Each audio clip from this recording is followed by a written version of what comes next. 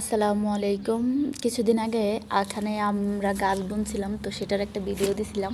তো আজকে দেখেন, আজকে কিছুদিন পরে আবার সপ্তাহখানিক পরে আমি আবার ভিডিও করলাম।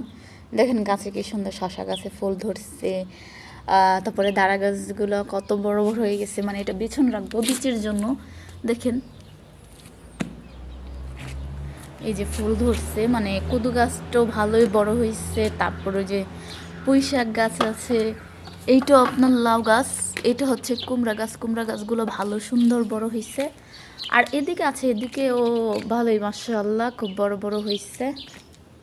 মানে বিদেশের মাটিতে যে এত সুন্দর করে মানে টপের ভিতরে গাছ হয়েছে, মানে এটা একটা অবাক করা জিনিস।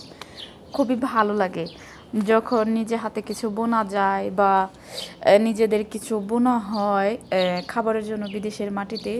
দেখুন, মানে এটা বিছানোর জন্য